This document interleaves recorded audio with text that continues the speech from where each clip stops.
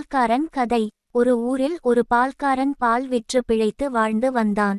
கலப்படமற்ற, சுத்தமான, தரமான பால் விற்பதில் பிரசித்தி பெற்ற அந்த பால்காரனுக்கு வாடிக்கையாளர்களும் அதிகரித்து கொண்டே சென்றனர். இப்படியிருக்க ஒரு நாள் இவனுக்கு ஒரு நப்பாசை தோன்றியது. தனது லாபத்தை இன்னும் அதிகரிக்க வழி பார்த்தான். முடிவாக பாலின் மூன்றில் ஒரு பகுதி அளவுக்கு தண்ணீர் கலந்து விற்பனை செய்தான். வழக்கம் போல் சந்தைக்கு சென்று பாலை விற்பனை செய்தான். வாடிக்கையாளர்கள் யாரும் அவதானிக்கவில்லை. காரணம், அவர்களுக்கு இவன் மீது அவ்வளவு நம்பிக்கை. சில நாள் கழித்து பாதியளவு தண்ணீரை கலக்க ஆரம்பித்தான்.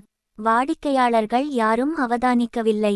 காரணம், அவர்களுக்கு இவன் மீது அவ்வளவு நம்பிக்கை.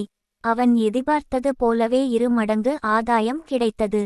மற்றற்ற மகிழ்ச்சியடைந்தான். பணத்தோடு வீட்டிற்குச் செல்லும் வழியில் களைப்பாரவென ஆற்றின் எதிரே உள்ள ஒரு மரத்தின் நிழலில் சிறிது ஓய்வெடுக்க முடிவு செய்தான்.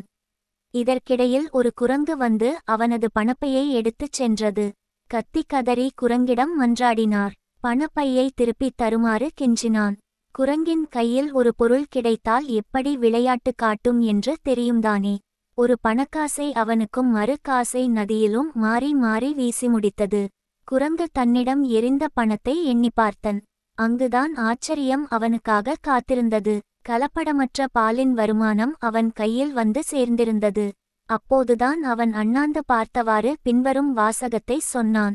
பாலுக்கான காசு பால்காரனிடம் வந்து சேர்ந்தது, தண்ணீருக்கான காசு தண்ணீரிடம் போய்ச் சேர்ந்தது. நாம் அநியாயமாக சம்பாதித்த ஒவ்வொரு ரூபாயும் சந்தேகமின்றி ஒரு நாள் ஒரு சொட்டு பயனின்றி கரைந்து போகும்.